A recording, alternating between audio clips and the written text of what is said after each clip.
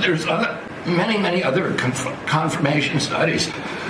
There's 2 studies that show children who are circumcised early have double the rate of autism. It's highly likely because they're given Tylenol.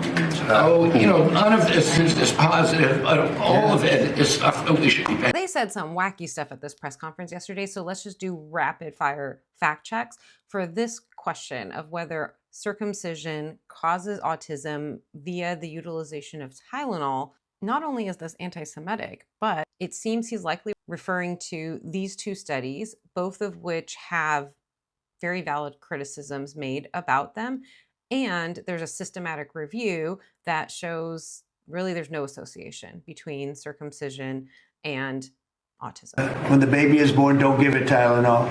You can avoid it at all. Just don't give it Tylenol. I'll say this. Really, what do you have to lose? You really don't have much to lose. Not only that, but just before that, he had again talked about pregnant women avoiding Tylenol. And he said, as you heard him say, what do you have to lose? Well, there's a lot to lose, actually, because fever that is untreated in a pregnant person is associated with birth defects. So to suggest that pregnant people should not treat their fever and accept the risk of birth defects because RFK Jr. thinks Tylenol is going to cause autism, even though the totality of the scientific evidence does not suggest that, is actually very harmful.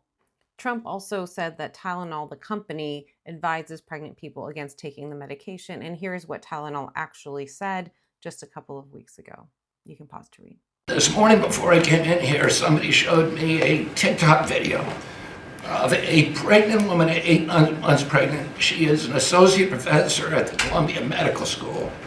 And she is saying F Trump and gobbling Tylenol with her baby in her placenta. A man who's currently fixated on telling everyone that Tylenol is the big problem in our society doesn't even know what the placenta is, or seems to not know the difference between the placenta and the uterus. Your fetus should not be in the placenta. Please do not take medical advice from people who have no medical or scientific expertise. Please speak with your doctor if you have questions about any of this.